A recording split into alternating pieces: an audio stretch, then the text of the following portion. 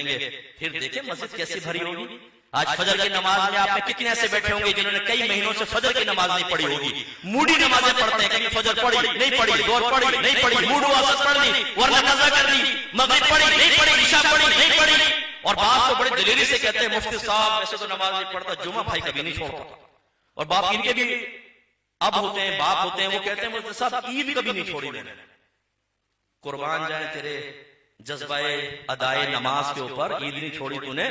ابھی قائد اعظم صاحب کا ان کے ساتھ نام آ جائے، جو فجر کی نماز مسجد میں ادا کرے گا اسے 50,000 روپے ملیں گے۔ اب آپ دیکھیں کیسی مسجد بھری ہو۔ اگر گورنمنٹ آف پاکستان اعلان کر دے گھر میں جو بہنیں ایک وقت کی نماز پڑھیں گے 5,000، 5 پڑھیں گے 25,000 ڈیلی، پھر دیکھیں ہماری بہنوں کی تھکن کہاں چلی جاتی ہے، پھر دیکھیں ان کا سر کا درد کہاں چلا جاتا ہے، پھر دیکھیں ان کا موڈ آف موڈ کیسا آن ہو جاتا ہے۔ اور میں آپ سے ایک بات پوچھتا ہوں، ایک نماز کے 5,000، گھر میں 5 افراد ہیں، فجر پڑھیں گے 25,000، اور ایک دن آنکھ نہیں کھلی، الارم نہیں بجا، یا ایک کو کہہ دیتا بھائی تم جگا دینا، اس نے کہا ٹھیک ہے یہ بھی ٹون ہو گیا، کھلی جب سورج نکل آیا، اب آنکھ کھلی، سب سے پہلے سے کیا کریں گے؟ تمغے، کم وقت بدبخت، دن دن جنگلالا جنگلالا جنگلالا ہوگی سب اچھی طریقے سے، اور پھر افسوس کریں گے یار 25,000 نکل گئے، 25,000۔ امی بھی افسردہ، ناشتہ لائی چھوڑ کے اٹھا کے لے جاؤ ناشتہ، کم وقت 25,000 کا نقصان کروا دیا۔ قربان جائیں آپ کے جذبے پر، اگر فجر کی نماز قضا ہو بغیر پیسوں کے تو ہمارا منہ کھلا رہتا ہے۔ آج تک ناشتہ نہیں چھوڑا، آج تک ہمارے چہرے کے زاویے نہیں بگڑے، آج تک دکھ پیدا نہیں ہوا، آج تک اشارے افسوس نہیں کیا، آج تک ہم نے کسی سے تعزیت نہیں کی، اور 25,000 پلی چھن جائے تو سارا دن غم کے اندر گزرے گا۔ افسوس کا مقام ہے۔ اسی لیے حضرت علی نے جو فرمایا نا، معاملہ تو علیحدہ ہے لیکن میں مماثلت بتاتا ہوں۔ حضرت علی سے پوچھا یہ بتائیے کہ شیخین کریمین کے زمانے میں بڑا پرامن دور تھا، مسلمانوں کی بڑی عزت تھی، غلبہ تھا، اور آپ کے دور میں بڑے فتنہ فساد ہے اور مغلوبیت ہے، تو آپ نے فرمایا کہ اصل میں اس زمانے میں ہم جیسے مشیر تھے، اور اس زمانے میں تم جیسے مشیر ہو۔ مشیر یہ مشورہ دینے والا ہے۔ تو بس اب اس کو مماثلت کیا ہے کہ اس زمانے میں دین کی خدمت کرنے والے، دین کا جذبہ رکھنے والے میرے نبی تھے، صحابہ کرام تھے، آل بیت اطہار تھے، علماء مجتہدین ہوئے ہیں، تو یہ دین آپ کے پاس ہے۔ اگر ہم جیسے ہوتے تو ہم دین کا بیڑا غرق کر دیتے، ختم کر دیتے، جیسے ہم نے اپنے گھروں سے دین کی شناخت کو مٹا دیا۔ بچوں کے نام انگریزوں والے رکھ رہے ہیں تاکہ یہ نہ ہو کہ بچے کا نام محمد عثمان رکھ لیں، جب پوچھے کون وہ کہے محمد عثمان، تو محمد کی طرف بھی ذہن جائے، عثمان کی طرف بھی جائے۔ محمد علی نام رکھ لے، محمد کی طرف بھی جائے، ذہن کی طرف بھی، علی کی طرف بھی ذہن جائے۔ نہیں، مفتی صاحب کوئی نیا نام بتائیے گا، بالکل علیحدہ ہٹ کر لولو رکھ لے بھائی تو اپنے بچے کا نام، بڑا اچھا علیحدہ نام ہے لولو۔ چین رکھ لو، چین چوں چاں تینوں آ گئے، چوں بھی آ گیا، چین بھی آ گیا، چاں بھی آ گیا، یہ رکھ لو، یونیک نیم ہے، یعنی شناخت مٹا رہے بالکل۔ مسلوں پر ہمارے کعبۃ اللہ کی اور نبی کریم کے روضے کی شبیہات یہ یہودیوں کی سازش ہے۔ یہ میرے استاد محترم عبد القیوم حضیری صاحب فرمایا کرتے تھے، یہودیوں کی سازش ہے، یہ مسلح ہمارے درمیان عام کر دی ہیں تاکہ ہم اپنے قدموں تلے ان چیزوں کو رون دیں۔ میں آپ سے پوچھتا ہوں اگر آپ کے والد کی پکچر ہو اور میں اس کو زمین پر رکھ کر اپنا پاؤں رکھ دوں منہ کے اوپر، آپ پسند کریں گے؟ زور سے بولو یار، کیوں؟ میں کہوں کون سے آپ کے والد ہیں، ان کی شبیہ تو ہے یار، عکس ہے نا، کیوں برا مان رہا ہوں؟ تو آپ کہیں گے تو یار ہے تو میرے والد صاحب کی پکچر ہے، تو آپ کعبۃ اللہ کے اوپر چڑھتے ہیں، مسجد اقصی بنی ہوئی اس پہ چڑھتے ہیں، سرکار کے گنبد خضرا پہ چڑھتے ہیں، ہمیں کوئی خیال نہیں آتا، اسے رونتے ہوئے نکل جاتے ہیں، بچے کھیل رہے ہوتے ہیں اس کے اوپر، پیشاب کر رہے ہوتے ہیں، کوئی خیال نہیں آتا۔ ابا کی تصویر، چاہے ابا بے نمازی ہو، بکورے ہو، گالیاں بکتے ہو، بالکل دین سے دور ہو، لیکن ابا کا احترام اتنا ہے کہ تصویر پہ پاؤں رکھیں گے تو بچہ پھڑک جائے گا۔ لیکن دینی معاملات کے اندر ایسا ہو تو جذبہ دینی ختم ہو چکا ہے، ہمارا باطن بالکل سن رہے گا، کیا ہو ایسا کر لیا، کوئی بات نہیں، یہ ہماری حالت۔ آج ہمارا بچہ، اسے لوگ کپڑے پہناتے ہیں عید پر، پینٹ، شرٹ، اینک، ہیٹ، پھر کہتے ہیں ہوئی تو انگریز لگ رہا ہے، قربان جائے، بیٹا ایک سیلفی فوٹو ڈال دیا فیس بک پہ، پھر اس پہ کمنٹس آتے ہیں، واہ کیا خوبصورت بچہ ہے آپ کا، کیا اس کا اسٹائل ہے، یعنی انگریز بننے پر اتنی خوشی، اور اگر اس کے بچے کے بارے میں کہتے ہیں اس کو امامہ پہنواؤ، सुन्नत के मुताबिक कुर्ता पहनाओ, आंखों में काजल लगाओ और इसकी पिक है तो अरे भाई ये मुल्ले ना बनाओ तुम अभी से बच्चों को यार। बच्चा अगर कहे अल्हम्दुलिल्लाह सुभान अल्लाह तशवीश, लेकिन वही मुन्ना सा बच्चा तेरी माँ की तेरी बहन की बोल दे, वो गाली बक रहा है, वो गाली बक रहा है, अच्छा दोबारा बोल तेरी माँ की तेरी बहन, देखो गालियां बक रहा है। खुश होते हैं माँ बाप, मैंने खुश होते हुए देखा, फिर उनको एहसास दिलाया क्या कर रहे हैं आप। बच्चा अगर गंदी चीज सीख कर आया खुश हो रहे हैं इसके ऊपर, यानी हर दीन से दूरी वाली चीज बच्चा इख्तियार करे, खुशी है। एक माँ को बच्चे ने उठाई जूती से मुंह पे मारी, देखो पप्पू ऐसे नहीं करते हैं, मम्मा को नहीं मारते हैं। ओ भाई मम्मा संभाल इसको, कल ये टम्मा बनेगा तुम्हें छोड़ेगा नहीं। यानी बदतमीज कर रखा है बच्चों को, पता ही नहीं कि दीन की तमीज कैसे सिखानी है। छोटे जो बच्चे माँ बाप को गालियां बक रहे हैं, थप्पड़ मार रहे हैं, जूतियां मार रहे हैं, और पप्पा एक साथ के वो बच्चे ने लाके हथौड़ी मारी उनके सर पर, और बेटा क्या करते, बेटा क्या करते, बेटा ऐसे नहीं करते, सर फूल गया, बेटा ऐसा नहीं करते। भाई तमीज सिखाओ ना, दीन सिखाओ। वो नहीं सिखाएंगे। हमने अपने बच्चों को बिल्कुल दीन से दूर कर दिया।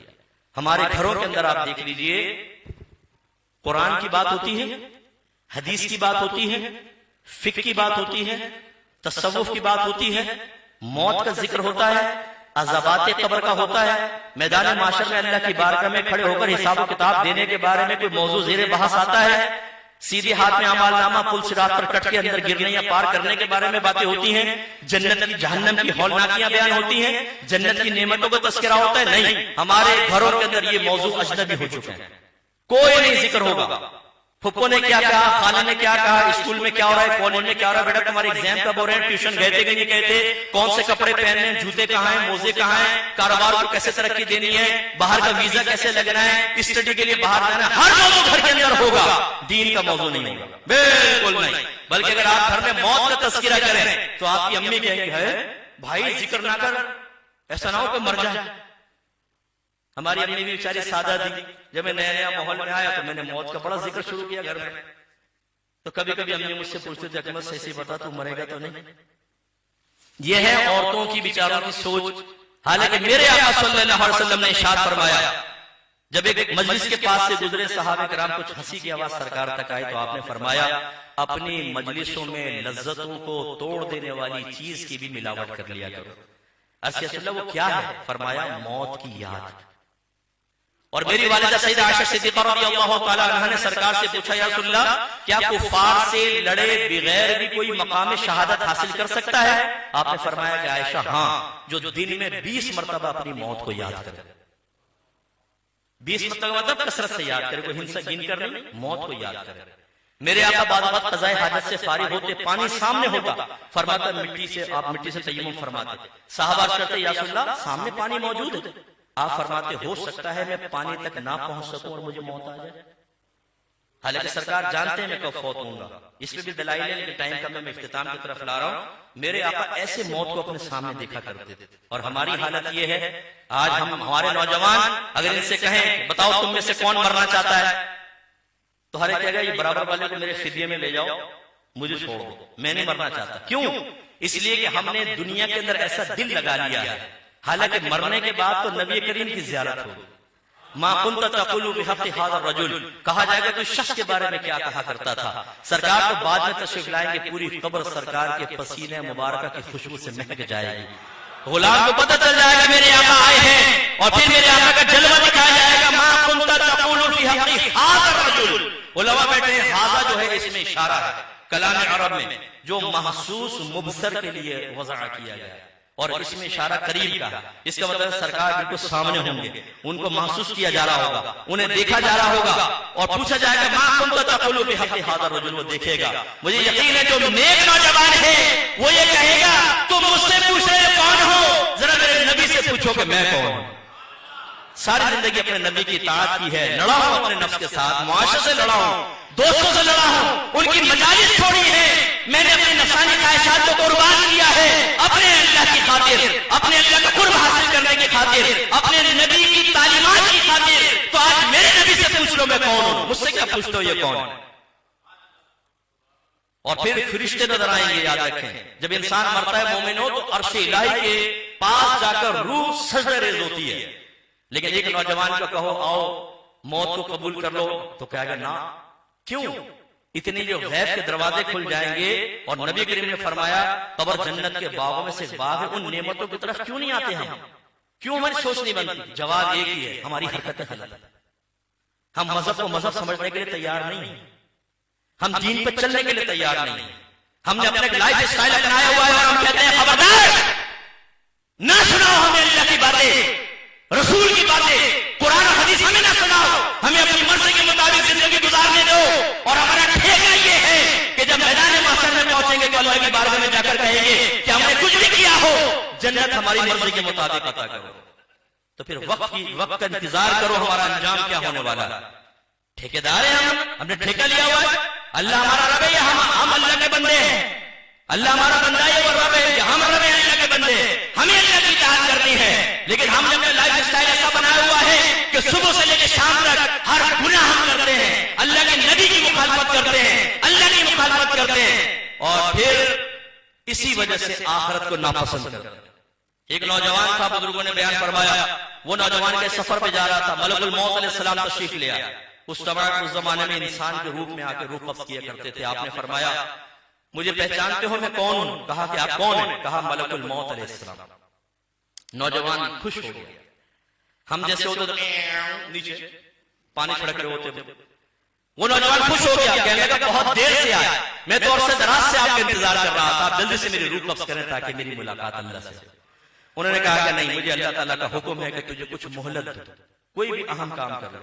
उसने कहा ये बताइए कि अल्लाह ताला की मुलाकात से अहम काम भी कोई हो सकता है? उन्होंने कहा लेकिन तुम्हारे आपके रब का यही हुक्म है। कहा कि अगर मेरे रब की ये मर्जी है तो मेरी ख्वाहिश ये है कि मुझे ताजा वुजू करने दे, जब मैं सजदे में जाऊं तो मेरी रूह कब्ज कर ली जाए। और ऐसे ही उसके साथ मेरे बच्चों में आपसे गुजारिश करता हूं, मेरे नबी ने जो किया उसके बारे में सोचिए। आपने बेनफ्स जिंदगी गुजारी, हमें अपनी आदत और अतवार को अच्छा करना चाहिए। सरकार ने उलमा को इज्जत दी, इल्म को इज्जत दी, इल्म खुद आपके पास सबसे ज्यादा सहाबा को दिया, इल्म के करीब आई। मेरे आका सल्लल्लाहु अलैहि वसल्लम मस्जिद से मोहब्बत रखा करते थे। मेरे सरकार ने दीन की खिदमत के लिए मस्जिद का इंतखाब किया, खुदारा आप भी मस्जिद से दिल लगाइए। मेरे आका ने सारी जिंदगी और सहाबा ने दीन की खिदमत के लिए, तरक्की के लिए अपने आप को वक्फ किया। लेकिन इसका मतलब ये नहीं था कि मेरे आका ने शादियां नहीं की, आपने शादी फरमाई। आप सोते भी थे, आप जागते भी थे, रात में नमाज पढ़ते थे, आप खाते भी थे, इफ्तार भी करते और रोजे भी रखा करते थे। हजरत बरीरा के गए तो खुद मंगाया, हांडी में क्या उबल रहा, अर्ज की बकरी है सदके की, आप सदका नहीं खाते। फरमाया बरीरा के लिए सदका है, हमारे लिए हदिया, इसकी दस्ती लेकर आओ। सामने वाला बाजू वो तनावुल फरमाया, फरमाया और लेकर आओ, दूसरी भी दे दी, फरमाया और लेकर आओ। अर्ज की बकरी की तो दो ही दस्तियां होती हैं। फरमाया अगर तुम मना ना करते, जब तक मैं मंगाता रहता दस्तियां आती रहती। लेकिन सरकार ने खाया है, सरकार बाहर तशरीफ लेकर गए हैं, सरकार को खुशबू पसंद थी, सरकार ने मिजाह फरमाया है, तबस्सुम फरमाया साहबा के साथ। यानी आपको समझाने का मकसूद है कि दीन के करीब आने का मतलब ये नहीं कि आपकी जिंदगी हयाते जावेदानी आपकी तंग हो जाएगी। नहीं, आप खाएं पिएं, दोस्ती करें, रिश्तेदारी करें, आप पिकनिक पॉइंट पे जाएं, अपनी फैमिली को टाइम दें। मैं सब करता हूँ, कभी मेरे साथ बैठो, मैं अपनी पर्सनल लाइफ आपको बताता हूँ, एक आइडियल लाइफ आपको बताऊंगा इंशाल्लाह। मैं सब चीजों में एक तवाज़ुन कायम करने की कोशिश करता हूँ। लेकिन शर्त क्या है? दायरा शरीयत में रहकर।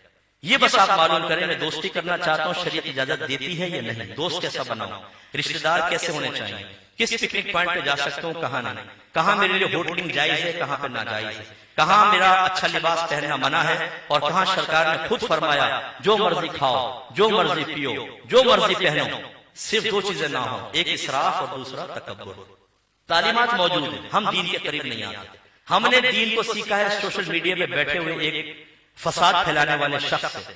हमने दीन को अक्सर सीखा होता है किसी एक शख्स से, वाहिद की सोच से। असली दीन को हमने नहीं देखा होता। इधर बच्चे बैठे हैं, आपको हो सकता है कि आपके प्रोफेसर, आपके लेक्चरर्स जो हैं वो भी अपनी एक सोच और फिक्र आपको देते हो।